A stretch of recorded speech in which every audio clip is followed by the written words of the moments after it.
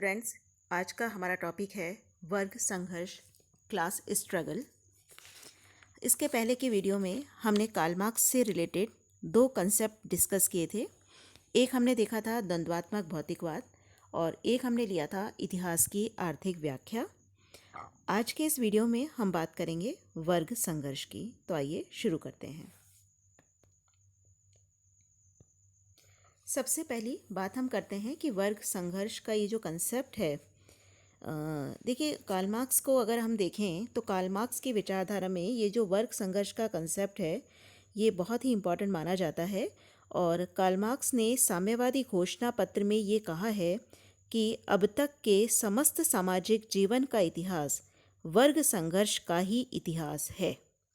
यानी कि Karl Marx ने ये माना कि अब तक के अगर हम इतिहास को देखना चाहें, समझना चाहें, तो हम ये कह सकते हैं कि अब तक के समस्त सामाजिक जीवन का इतिहास वर्ग संघर्ष का ही इतिहास रहा है।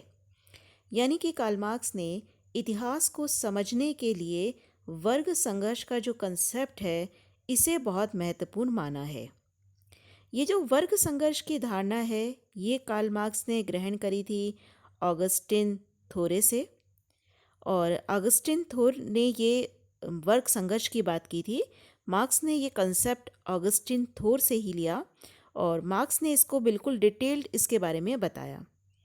तो अब हम बात करते हैं कि वर्ग संघर्ष से क्या अभिप्राय है। वर्ग संघर्ष से क्या अभिप्राय है, इसको समझने से पहले हम ये देखते हैं कि वर्ग से क्या अभिप्राय है।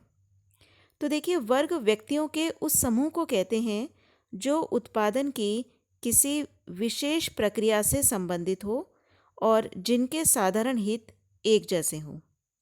यानी कि जो भी व्यक्ति या जो समूह उत्पादन की किसी एक विशेष प्रक्रिया से संबंधित है और जिनके हित एक जैसे हैं उन्हें एक वर्ग माना जाएगा।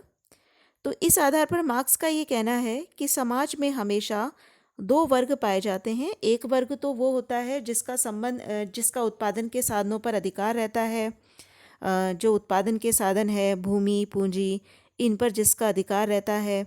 और दूसरा वर्ग वो होता है जिसका उत्पादन के साधनों पर कोई अधिकार नहीं होता है, वो इनके ऊपर डिपेंडेंट रहता है, घोर परिश्रम करता है, लेकिन उसके बाद भी उसका शोषण होता है।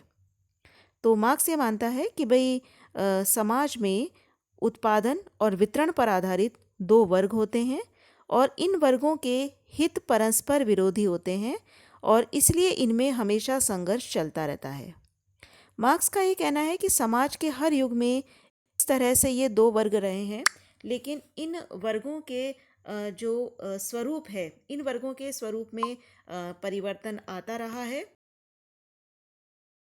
पूंजीवादी युग की बात करें तो पूंजीवादी युग में समाज का एक वर्ग ऐसा है जिसका उत्पादन के साधनों पर अधिकार है, उसे मार्क्स ने कहा है पूंजीपति वर्ग। और दूसरा वर्ग ऐसा है जो इस पर आश्रित है, जो घोर परिश्रम करता है और घोर परिश्रम करने के बाद भी उसका शोषण किया जाता है, उसके जीवन की अनिवार्य आवश्यकताएं भी पूरी नहीं हो पाती। और दूसरे वर्ग को मार्क्स ने कहा है शोषित वर्ग। तो मार्क्स कहता है कि समाज के हर युग में दो वर्ग पाए जाते हैं, एक वर्ग है शोषक वर्ग और दूसरा वर्ग है शोषित वर्ग। अब मार्क्स ये कहता है कि ये जो दो वर्ग हैं, पूंजीपति और श्रमिक, इन दोनों के हितों में परस्पर विरोध होता है। पूंजीपति ये चाहता है कि वो मजदूरों को कम से कम मजदूरी दे जिससे उसे अधिक से अधिक बेनिफिट हो, और मजदूर जो है वो अपनी पूरी मजदूरी लेना चाहता है। चूँकि इन दोनों के हितों में विरोध होता है इसलिए इनमें संघर्ष प्रारंभ हो जाता है। और मार्क्स का ये कहना है कि ये जो वर्ग संघर्ष है, ये वर्ग संघर्ष इतिहास में हमेशा से चला आ रहा है। और अपने इस कंसेप्ट के आधार पर देखिए, मार्क्स ये कहते हैं कि मार्क्स का ये कहना है कि ये जो मार्क्स ये कहते हैं कि ये जो वर्ग संघर्ष है, देखिए जैसे मार्क्स ने कहा कि समाज में हमेशा दो वर्ग पाए जाते हैं, उनके हितों में हमेशा विरोध रहता है, उनमें संघर्ष चलता है। तो मार्क्स ये कहता है कि भाई इस वर्ग संघर्ष के परिणाम क्या होंगे। तो मार्क्स ये कहता है कि ये जो वर्ग संघर्ष चल रहा है इसका अल्टीमेटली रिजल्ट ये होगा कि इसके कारण पूंजीवाद का अंत हो जाएगा और पूंजीवाद का अंत होने के बाद सर्वहारा वर्ग के अधिनायकवाद की स्थापना होगी। किस तरीके से पूंजीवाद का अंत होगा, मार्क्स ने इसको डिटेल में बताया है। मार्क्स ये कहता है कि पूंजीवादी अवस्था में स्वयं अपने विनाश के बीच निहित है। वो ये कहता है कि जो पूंजीपति है उसका विश्वास होता है अधिक से अधिक प्रोडक्शन में, और पूंजी धीरे धीरे क्या होता है कि पूंजीपति वर्ग के सदस्यों की संख्या कम होती जाती है और श्रमिकों की संख्या बढ़ती जाती है। पूंजीपति अपने आर्थिक लाभ के लिए एक ही स्थान पर उद्योगों की स्थापना करते हैं। जब बहुत सारे उद्योग एक स्थान पर इकट्ठा हो जाते हैं तो श्रमिकों में वर्गीय चेतना का विकास होता है। इससे उनमें एकता आती है और जो श्रमिक है वो पूंजीपतियों का मुकाबला करते हैं।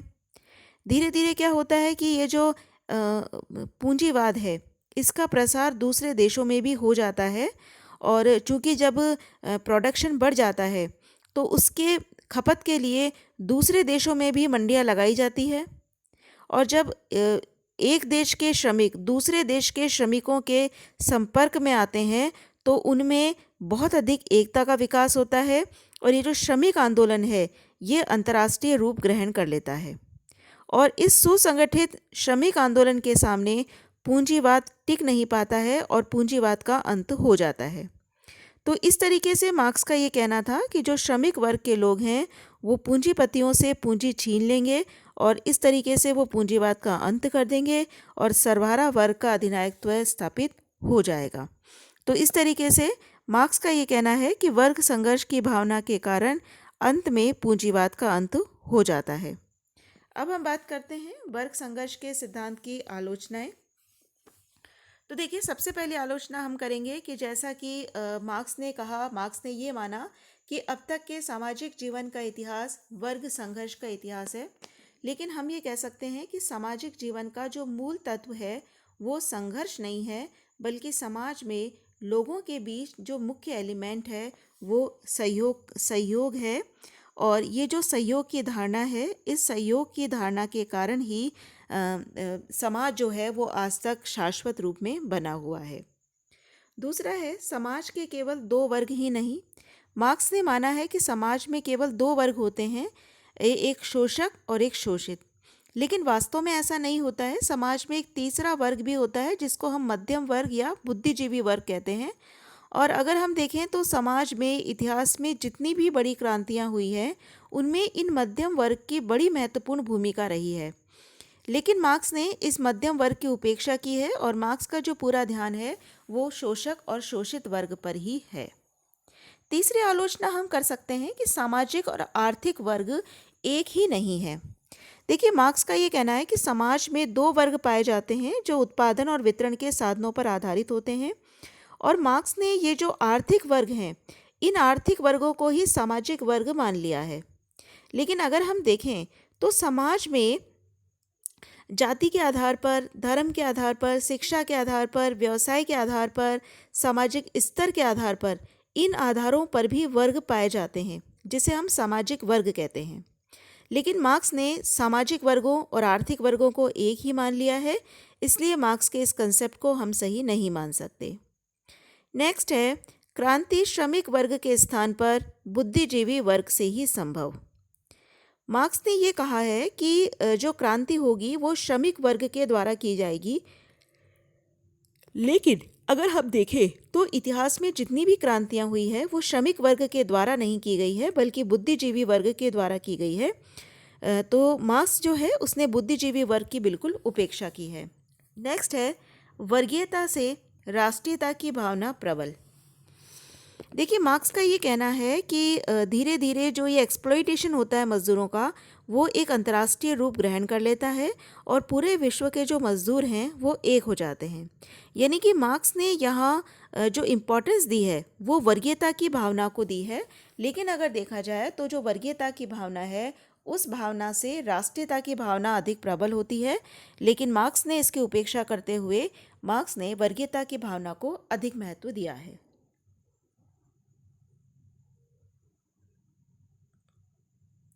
नेक्स्ट है, समस्त इतिहास वर्ग संघर्ष का इतिहास नहीं। मार्क्स का ये कहना है कि अब तक के समस्त सामाजिक जीवन का इतिहास वर्ग संघर्ष का इतिहास है, लेकिन ऐसा नहीं है। अगर हम इतिहास को देखें, इतिहास को समझें, तो केवल वर्ग संघर्ष ही एक मात्र कारण नहीं रहा है इतिहास को समझने का, या हम यूं कहें कि समाज में हमेशा संघर्ष वर्ग को लेकर ही नहीं हुए हैं, बल्कि जैसे कि कई बार धर्म को लेकर, शक्ति को लेकर, भूमि को लेकर, कई बार मानवीय भावनाएं भी संघर्ष का महत्वपूर्ण कारण रही है। नेक्स्ट है, मार्क्स द्वारा चित्रित वर्ग संघर्ष के परिणाम सत्य नहीं। मार्क्स का ये कहना था कि ये जो वर्ग संघर्ष होगा, इस वर्ग संघर्ष के कारण पूंजीवाद का अंत हो जाएगा, और पूंजीवाद का अंत होने के बाद सर्वहारा वर्ग के अधिनायकवाद की स्थापना होगी।